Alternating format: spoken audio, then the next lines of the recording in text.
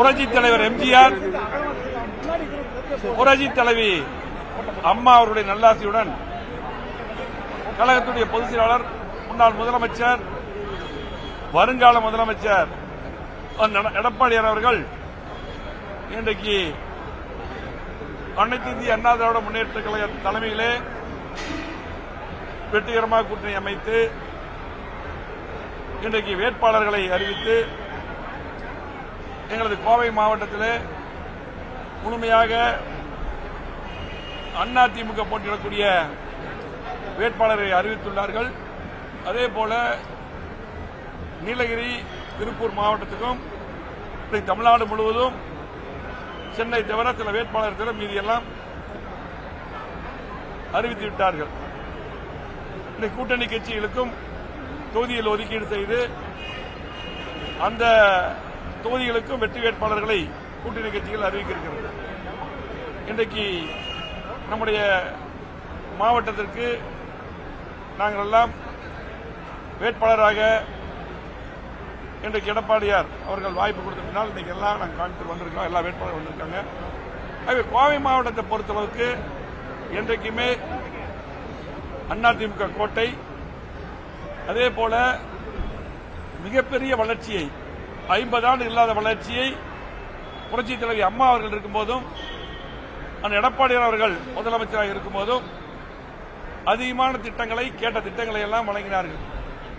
செய்ய முடியாத திட்டங்களை எல்லாம் பார்த்தீங்கன்னா அதிகமான திட்டம், ஏர்போர்ட் விரிவாக்கத்துக்கு நிலம் பெற்ற போன்ற, அவிநாசி ரோடு பாலம் போன்ற எதிர்பார்த்து இது வருமா வராதா என்ற திட்டங்களை கூட அந்த எடப்பாடியார் முதலமைச்சராக இருக்கும்போது நம்ம கோவை மாவட்டத்தில் தந்தார்கள். மிகப்பெரிய வளர்ச்சி தந்திருக்கிறோம். கடந்த 5 ஆண்டு காலமாக எந்த திட்டமும் இங்கே திமுக ஆட்சியில் வரவில்லை. ஆகவே கண்டிப்பாக அதிமுக ஆட்சி எடப்பாடியார் தலைமையிலே வருவது உறுதி.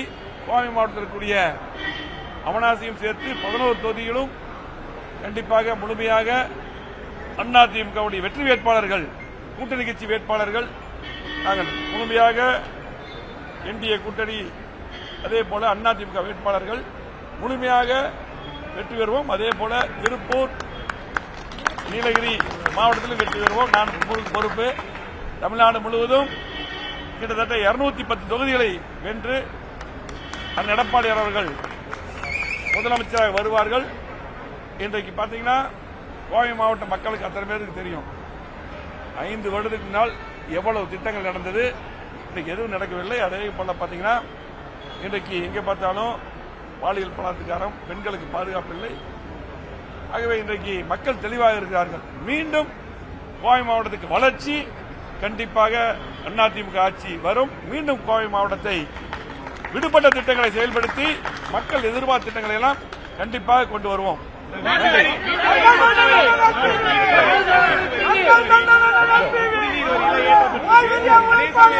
தேர்தல் நேரத்தில் பணப்பட்டோட பரிசு பொருட்கள் போன்றவை கொடுத்து வாக்குகளை வாங்குறது திட்டமிட்டு சொல்றாங்க.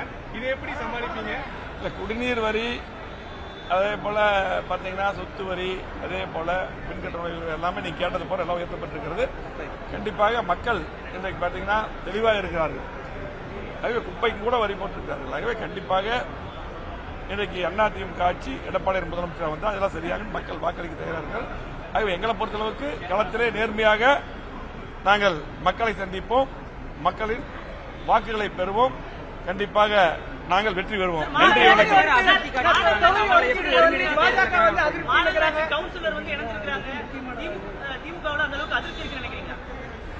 அது மட்டும் அதிருப்தி இருக்காங்க வந்திருக்காங்க. அது மட்டும் இல்ல, இன்னைக்கு கூட்டணி கட்சி எல்லாம் எந்த இதுவும் கிடையாது. அவங்களும் ஒரு 2 நாள்ல எல்லாமே வேட்பாளர் அறிவிப்பாங்க.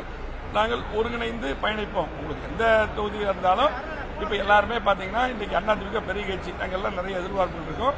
ஆகவே பாத்தீங்கன்னா சில கூட்டணி கட்சிகள் அங்க சில எதிர்பார்ப்பு இருக்கும். இதெல்லாம் எப்ப வேட்பாளர் எந்த காலங்காலமா வேட்பாளர் இருக்கும் போது ஒரு சின்ன சின்ன இது இருக்கு. உடனே சரியா 2 நாள் நல்லா களத்துக்கு போவோம். கண்டிப்பாக நாங்கள் எங்களுடைய கூட்டணி மிகப்பெரிய வெற்றி பெறும். செந்தில் பாலாஜி வந்து கோயம்புத்தூர் களம் இருக்கிறதா ஒரு திட்டம் வச்சிருக்காங்க. அது எப்படி களம் இன்னும் சூடாகுமா சார்? எங்க வேட்பாளர் எல்லாம் அறிவிச்சிட்டோம். இந்த திமுக வேட்பாளரே அறிவிக்கல. அதாவது இந்த அறிவிச்சதுக்கு அப்புறம் பாத்துக்கலாம். நீங்க அதாவது அறிவிக்க முன்னாடியே இப்படி எல்லாம் எதிர்பார்ப்புகள் நான் பதிவு சொல்ல முடியாது. கண்டிப்பா எங்களை பொறுத்தளவுக்கு நாங்கள் திட்டங்களை கொடுத்திருக்கிறோம். மக்களுக்கு தெரியும் நாங்க இருக்கும்போது எத்தனை திட்டங்கள் வந்திருக்குன்னு தெரியும். இன்னைக்கு எந்த திட்டமே நடைபெறல கோயம்புத்தூர்ல. ஆகவே மீண்டும் கோயம்புத்தூர் வளர்ச்சி பெற அதிமுகவுக்கு முழுமையாக அதிமுக கூட்டணிக்கு மக்கள் வாக்களிப்பார்கள். நன்றி, வணக்கம்.